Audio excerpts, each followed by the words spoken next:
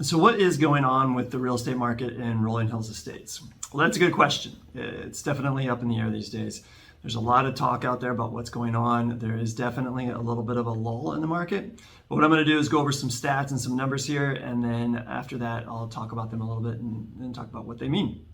As a real estate agent, I get asked, how's the market all the time? So I put together this series to give you some basic information for different areas. To find out how this applies to you, your situation, and your home or income property, feel free to reach out to me anytime. I hope you enjoy this episode of How's the Market?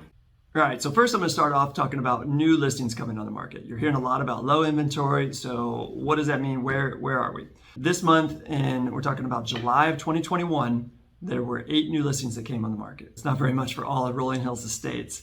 And that was actually about the same as the month before. Going back to last year, the same month, we had 13 new listings come on the market. Now you might think there were more because there was a backlog because of COVID. There were listings that weren't coming on the months before that. But if you compare 2019, there were 12, and 2018, there were 11. So that's probably a little bit more realistic of how we've been. And this year, it's just lower. The next stat I want to talk about is days on market, and it's coincidence, it's actually the same as new listings. It's 8, which is extremely low. That is down, if we go back last year, it was COVID, crazy market coming out of that, it was 7. But if you look back 2 years, it's quite a difference. In 2019, the days on market was actually 31. So we're seeing a big difference on that. And now keep in mind, this is days on market on the closed listings. So these are listings that have gone in escrow last month or the month before. It'll be interesting to keep an eye on that number and see where that goes in the next month or two. The last stat I want to talk about is average price. In Rolling Hills Estates for July of 2021, we're looking at an average price of almost $2.4 million. Now, it's a big price, but how does that compare? The interesting thing is that's up 16% from the year before.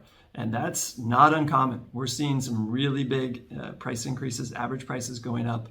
So that's actually right in line with what I'm seeing in a lot of different areas. So now what do these stats mean? And what's really going on in the market? Now these stats, like I said, with the days on market, they're on closed listings. These are things that have happened a month or two ago.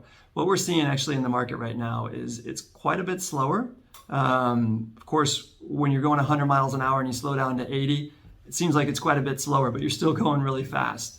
The difference is instead of 10 offers, there might be 2, 3, 4 offers. That's the difference. Doesn't mean it's not a seller's market anymore. It's definitely still a seller's market.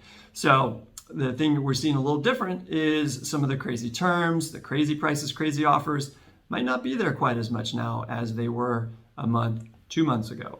Now, what's going to happen going forward? I think it's going to continue. The reasons behind it, a lot of people are talking about is it's a little bit of a lull. It may not be things staying this way. And it's because people are traveling. A lot of people are going on vacations. People are going on more vacations this summer than usual. They're taking longer vacations, number of reasons. You also have people with buyer fatigue where they've been making offers, losing out, and they're just frustrated. But this is a chance where if you are a buyer, there's a little less competition here for a month or so that you might want to jump in and take advantage of if you're here and in town.